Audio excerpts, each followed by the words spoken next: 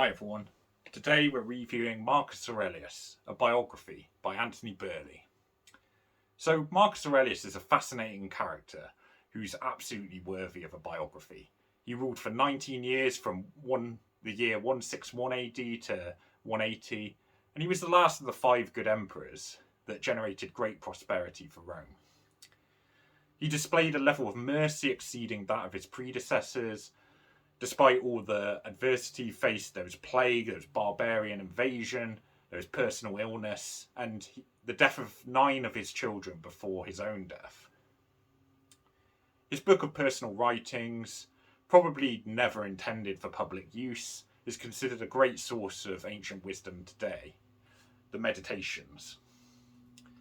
He was one of the principal adherents of the philosophical school of Stoicism, and the Meditations is one of the key sources for Stoicism today.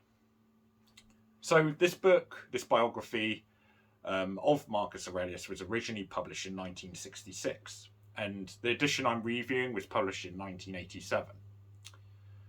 And it was updated with the republishing to include information about the Greek intellectual Renaissance, the writings of Fronto, and the archaeological and epigraphical evidence that had been discovered at that time. And, since the first publishing.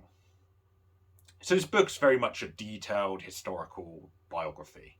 And the chapters aim to include all aspects of Marcus's life, from his early upbringing, his philosophy of Stoicism, and becoming Antoninus Pius's successor. As well as his dealing of those adverse events, we'll call them, such as the plague or the wars against the Germanic tribes.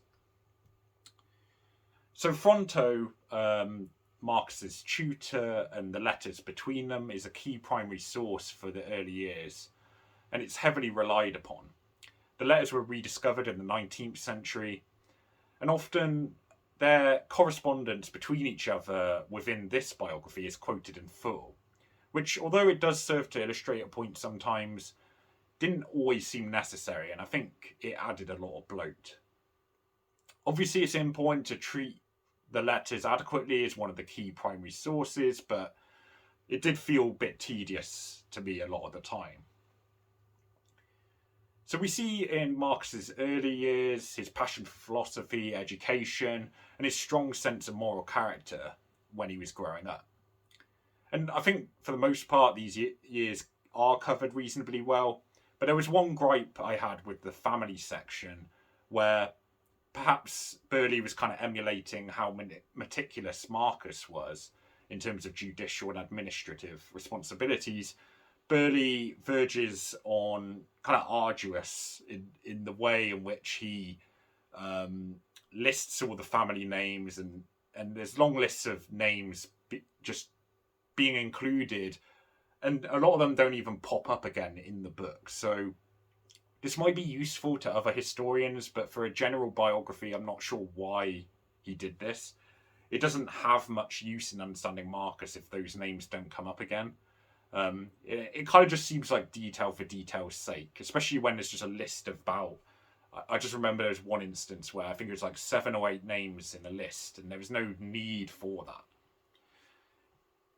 So Marcus reluctantly took up the role of emperor from Antoninus Pius and takes up Tiberius's residence, which he was also reluctant to do about moving into the palace. His reluctance did not adversely affect his competency as an emperor. He was one of the longest ruling Roman emperors, which is no mean feat, and he was perceived by and treated well by his contemporaries. He also displayed his humility in fulfilling Hadrian's wish of ruling jointly with Lucius Verus until the latter's death in 169. The positive perception of Marcus definitely contributes to our perception of him today, of course, but reviewing all the factual material, it does seem to make sense. You could kind of get a sense for his character in his writings and some of the administrative acts and how merciful he was in judicial decisions. Contrast this with the perception of emperors such as Nero. In Richard Holland's Man Behind the Myth, a biography about Nero, it's quite obvious that Nero had a malicious streak which Marcus did not possess. It's not always been the case that our assessment is agreed with the contemporary view, however. There's Alois Winterling's Caligula, where she paints a very different case and makes the case that Caligula definitely wasn't as bad as he's been portrayed. Obviously, he's notoriously known as the Mad Emperor. But in that book, Winterling does a good job of disputing that and saying he's probably been demonized a fair bit, even though he probably had a bit of a malicious streak too. So Birley is thorough in his research, but I repeatedly found myself tiring of the unnecessary detail. And on the flip side, there's also the issue of my finding that he sometimes misses out key aspects. In the chapters about Stoicism, there's an explanation about what the philosophy was, and examples of Marcus's outlook in the Meditations, which obviously should be quite important. But then there's very little about how this philosophy and how this outlook influenced his decision making and the things he did in his life, because he had this from an early age. It's not like it sort of just came later and so didn't affect his life much. But then it's not really included enough, I don't think. And then there's other parts where it's included for detail's sake, like I mentioned about the family lists of names, which just seems odd. So, by contrast, though, Birley treats the wars far more effectively, where I think due to the multiple fronts, the Germanic tribes, there's plenty of significant Roman characters and generals that need to be included so that we know who is involved and what's going on. This kind of requirement for greater detail kind of seems to suit Birley a bit more as a biographer.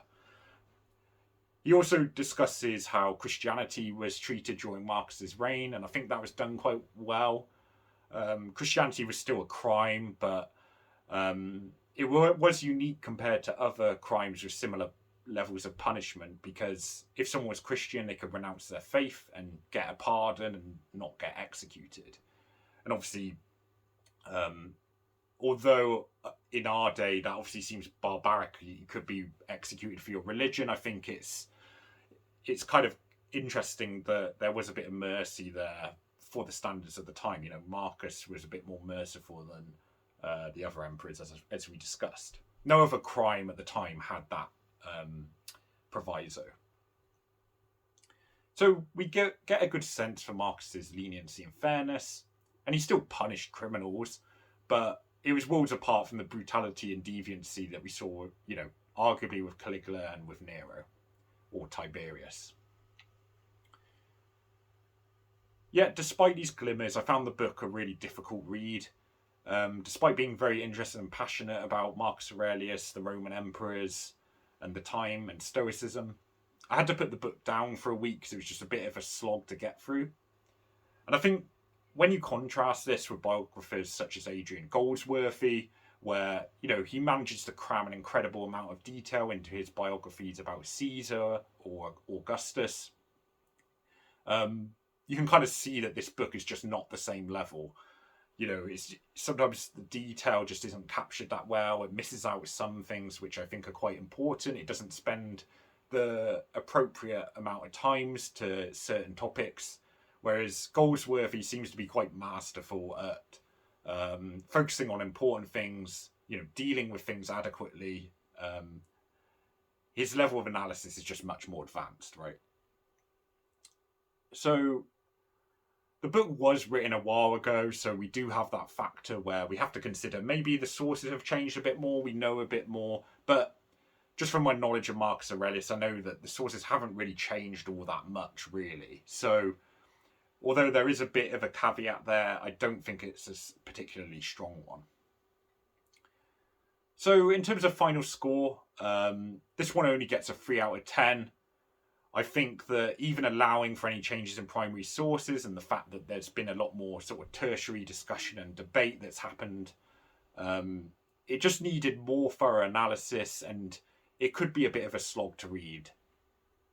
It didn't always utilise those sources well, and the good analysis was often in very brief spurts, which became frustrating, because then it would switch back to kind of unnecessary detail or long letters or quotations that you don't need for a minor or unnecessary point, and it would kind of lose the thrust of its argument frequently because of that.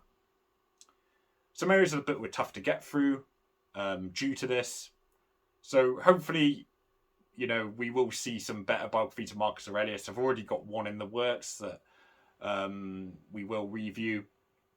But what do you think? Have you read this book? Probably not one I would recommend. But like I said, we'll be reviewing much more on the Romans and the Roman emperors. And Marcus Aurelius is, of course, one of those, a central one. Like and subscribe for more book reviews on this and many other topics. Cheers.